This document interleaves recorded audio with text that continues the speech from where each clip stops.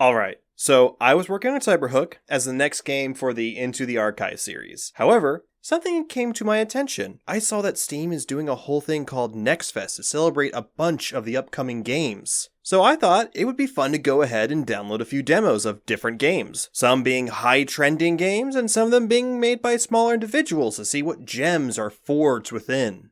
Now, before we start, I will say all of these games are demos and are subject to change considerably before the release. I'm going to be looking over these demos to see if the potential is there and cover what I love and what I think needs to be worked on. Optimization issues I will not really cover, as a lot of these have mentioned they will need to be cleaned up before release. So my overall coverage won't be as in-depth as the Into the Archive series, but that's just because it's hard to see how good a game might be as a demo. So without further ado, let's get in and see what these games have to offer.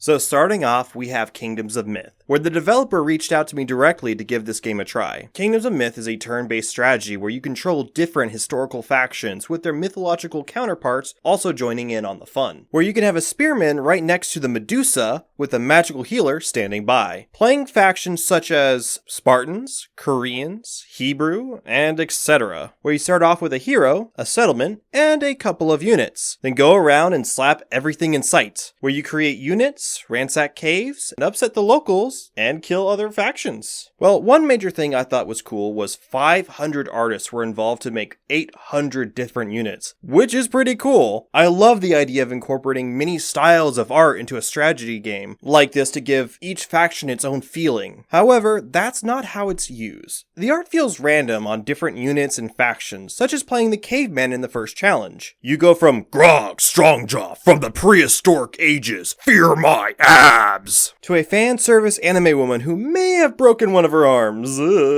This abrupt style changes happens with every unit. Also, the quality of art changes drastically from awesome drawings to some really ugly images. The gameplay is pretty simple, using a rock, paper, scissors mechanic where each unit is categorized by a shape, and certain shapes slap other shapes really hard. Not much else to talk about here. Some units can slap from afar, some units can slap up close. Some of them are soothing hand cream to let them slap longer. There are some minor mechanics that give them a little more depth, but not enough to really feel satisfying. See, if this was going to be a free game like those Flash games on Newgrounds or Congregate, I think it would be fine as a good starter game for someone to put out there. However, as a game that may potentially want to make money, it's far from ready. Now, I'm about to list a bunch of things I think this game needs improving. The other demos are not going to be this long, but if you wish to skip ahead, go here. I just want to give the developer who reached out to me a list of things I think the game really needs, as it's missing basic stuff such as an options menu to adjust the constant sound effects of characters make, and the music. Also an option to disable the ripping of your camera to everything that is moving when it's not your turn. It also needs some major bug fixing, as some of the abilities and interactions of characters just don't work, such as villages did nothing when interacted with. There are no tooltips or help regarding how these things operate, such as what is considered adjacent in your hex map, because this didn't count. How much movement does water or tree hexes use? I don't know. What are these research options and what do they do? How do I know what units I want to unlock? There's nothing here to tell me what they do. Honestly, I feel a lot of my frustration was that even though the gameplay was simple, the mechanics and stats just don't make sense. I also feel the game needs to focus on less the amount of factions and unit it has, more on how it feels to play these factions and the game itself. Right now, I feel as if the game doesn't know what it wants to be or how it wants to stand out gameplay-wise. Just in general, it wasn't fun to play. I tried playing for 2 hours to really dig in and see what was in store. However, the amount of issues it has means it has a long way to go. Marco, thank you for reaching out, and I hope my review was insightful. I wish you luck on your game's development. Next off is a cute little game called Octarina, where we play as a cute little octopus who has the need to see the world blow up. In the demo, we tried to escape from our weird sushi factory, where we walk around and pick up things to throw at breakable objects and solve simple puzzles to escape. Overall, gives me a similar feeling of Octodad and I Am Bread, but considerably easier to move around. Gameplay is pretty solid, however in the demo, in the end, I think it broke because I couldn't short circuit the power to escape, so my poor little pinky is trapped forever in hell. I think any improvements, I would say I would like to see an option to adjust how we frisbee in the air, and also also more clear distinction on what objects you can climb, as you can climb walls in the starter room, but not in the game. Where we can climb these pipes, but not the actual container. Other than that, it's pretty solid for what's trying to go for. But please, fix the first level so my poor little pinky can escape. Overall, I'd say I enjoyed myself, even with the demo wanting to imprison me forever. Do you want to die slowly? Well, great! Chernobyl Liquidators is where you play a fine cut of meat that gets cooked by radiation and heat. Don't you worry, you're armed with some H2O and some tools from your dad's garage to help you survive the Chernobyl explosion aftermath, where we play as a liquidator. A really cool read, by the way, if you've never heard of them. That comes after the Chernobyl disaster to help keep it contained. See, simulator games are interesting because they can be fun, but are more for those who want an experience they can have through a medium of video games. So I like this gives you a sense of dying slowly to fire and plutonium in the comfort of your own home, where you can see the horrors of Chernobyl and how it happened through notes and dialogue. I feel as if this game could be an interesting experience as long as it doesn't become too tedious in the actions of the character. Putting out fires and scooping up radioactive material out of the way is a good way to show how much hazard there was, but also you have to be careful in how often you have to do it. So as the player, you don't get bored. It says in the Steam page you will start to have choices between doing what many consider doing what is right or following orders. Nothing like this in the demo, sadly, that I could tell. I would say I would be interested to see how it turns out, but a few issues I had while playing. Climbing felt awkward to do in certain areas, where even walking up this ladder I got stuck. Times where the game was rendering the next area caused my character's camera to quickly shift awkwardly. Some improvements I would say, other than the bug fixing, would be the starter tutorial really felt stop and go, where it kept pausing to shove information in my face, which was fine for the fire tutorial showing me the different symbols, but I felt the comrade you spoke to and some smaller tutorials could be done while you're looking around. I can't say if this game's going to be good or not judging from the demo, as I feel I don't have enough information of the game or the story to really give a good based review on this, so time will tell.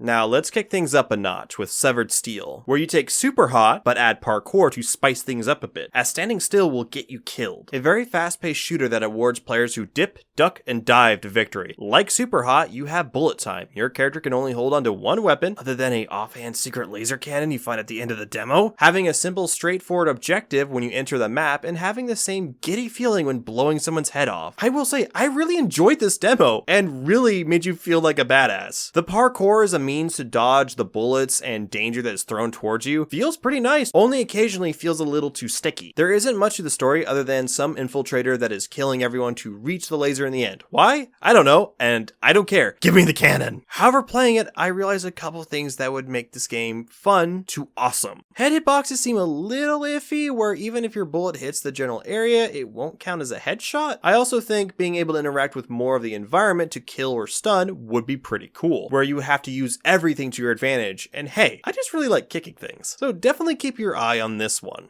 Alright, I have to admit something. I have a weird love when it comes to shop games, especially fantasy medieval ones, which are usually nothing more than your standard tycoon game, but for me, I find it relaxing to enjoy such things, where you get to customize your shop, layout, and home. Anvil Saga fits that little niche quite nicely, where you play as Arthur, that has inherited the smithy from his father, where we become the blacksmith after apprenticing from your father before his passing. The gameplay is really simple, as most tend to be where you select your guy, you right-click to make them work over there, you mine ore, make ingots, make things, and deal with complicated political climate that as a peasant, you're stuck in. That's right, this game has a story and political ties, where your character makes choices that affect how different factions view them, such as the English, the French, bandits, witches, and the Pope!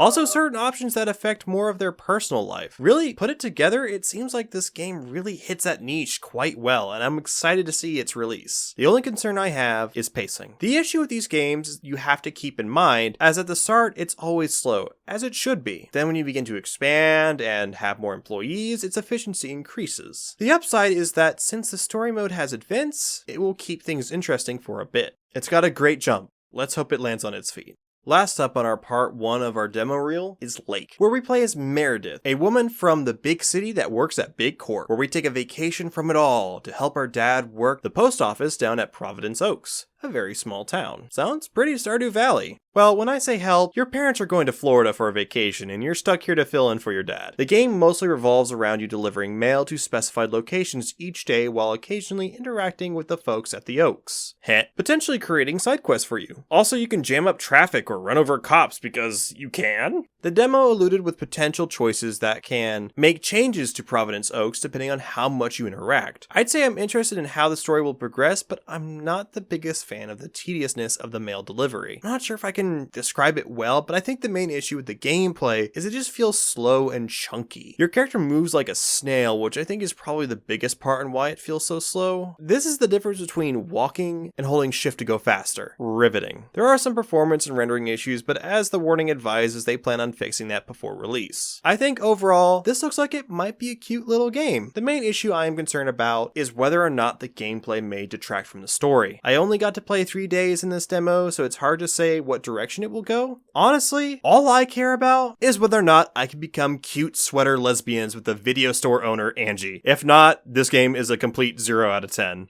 Hey, you made it to the end of part 1. I plan on releasing a part 2 a little after the fest ends, but as you can see, I'm kind of late already. The summer sale is here. But if you couldn't tell, I have a new mic, I have a new setup, and it's kind of wishy-washy right now, and I'm trying to get it all figured out. So if part 2 is out, I'll have it here. And also, let me know if you enjoyed this little break from the Into the Archive series to participate in events like this. It's interesting to see games in demo phase again. I don't think I've played an actual demo in years, so this is a nice change of pace. I have a room to set up and a part 2 to finish, so until then, enjoy the archives.